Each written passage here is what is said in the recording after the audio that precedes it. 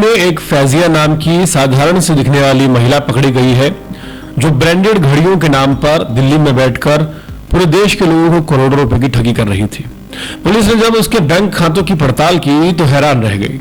दिल्ली से 10 लाख रुपए, तेलंगाना से 19 लाख रुपए, कर्नाटका से 8 लाख रुपए, बेंगलुरु से 1 लाख रुपए, हुबली से 3 लाख रुपए, महाराष्ट्र से 5 लाख और तमिलनाडु से 5 लाख रुपए उसके खातों में आए थे।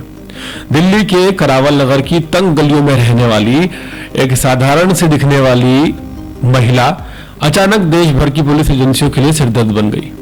किसी ने नहीं सोचा था ये महिला फैजिया दिखने में जो बिल्कुल आम लग रही है, लेकिन इसका दिमाग इतना शातिर था कि दिल्ली में बैठकर पूरे देश के लोगों को करोड़ों का चूना इसने लगा दिया।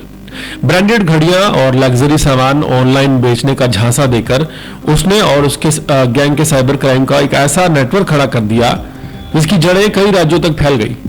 फैजिया की गिरफ्तारी तब हुई जब दिल्ली पुलिस ने अपने बड़े अभियान ऑपरेशन सी हॉक के दौरान हजारों संदिग्ध ट्रांजैक्शंस की जांच शुरू की।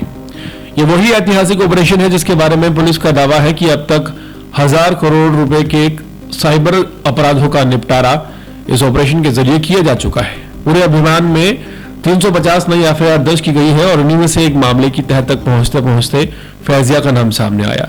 दरअसल एनसीआरपी पोर्टल के जरिए दरियागंज थाना पुलिस को एक प्राइवेट बैंक खाते में संदिग्ध लेन देन की जानकारी मिली। जैसे ही पुलिस ने लेन देन की लिस्ट निकाली, एक ही खाते में देश के अलग अलग राज्यों से आई लाखों रुपए की एंट्री देखकर अधिकारी चौंक पड़े।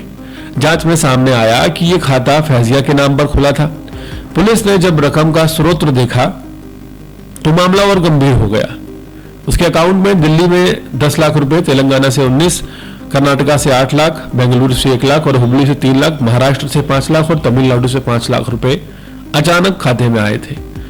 ये तो सिर्फ एक खाते का विवरण था, बाकी खातों में करोड़ों रुपए का खेल चल रहा था जिसके बारे में तफ्तीश चल रही है।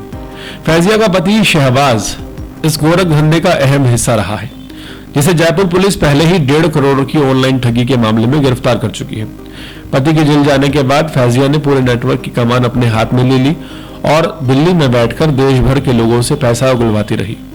वो फर्जी मूल अकाउंट बनवाती, फर्जी पते देती और जैसे ही पैसे का लेन देन पूरा होता रकम तुरंत दूसरे खातों में घुमा दी जाती और इस तरह असली ठगी का पता लगाना ऑलमोस्ट इम्पॉसिबल हो जाता है।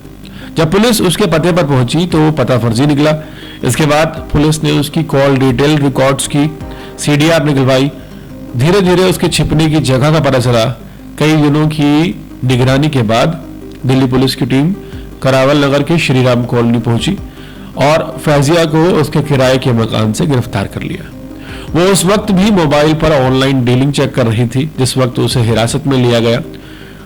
उसके लिए ये सब एक रोजमर्रा की चीज जैसा हो गया था। पूछताछ में उसने ठगी में शामिल होने की बात को स्वीकार कर लिया। पुलिस के अनुसार फैजिया और उसके साथियों ने सैकड़ों लोगों को लग्जरी घड़ियों और महंगे गैजेट्स की नकली ऑनलाइन डील के नाम पर खूब लूटा है। पीड़ितों को भारी डिस्काउंट और लिमिटेड एडिशन घड़ी का लालच दिया जाता। जैसे ही भुगतान कर दिया जाता, सामान बेचने की जगह नंबर ब्लॉक कर दिया जाता। ऑपरेशन सी हॉक के दौरान सामने आए डेटा के आधार पर पुलिस का अंदाजा है कि ये सिर्फ शुरुआत है। फैजिया जिन खातों का उपयोग करती थी उन सभी को फ्रीज कर दिया गया है और लेन देन की परतें खंगाली जा रही हैं। पुलिस अधिकारियों का कहना है कि राजधानी दिल्ली से चल रहा ये ठगी का नेटवर्क पूरे देश में फैला हुआ था और फैजिया इस खेल की एक अहम कड़ी साबित हुई। करावल नगर की उस गली में आज भी लोग हैरान हैं कि इतनी गरीब और आम से दिखने वाली एक महिला घर बैठकर करोड़ों रुपए की ठगी कर रही थी। इतना बड़ा जाल उसने कैसे बिछाया। पुलिस का कहना है कि साइबर अपराध सबसे खतरनाक पहलू है। अपराधी कभी भी कहीं से भी किसी भी रूप में सामने आकर ठगी कर सकता है।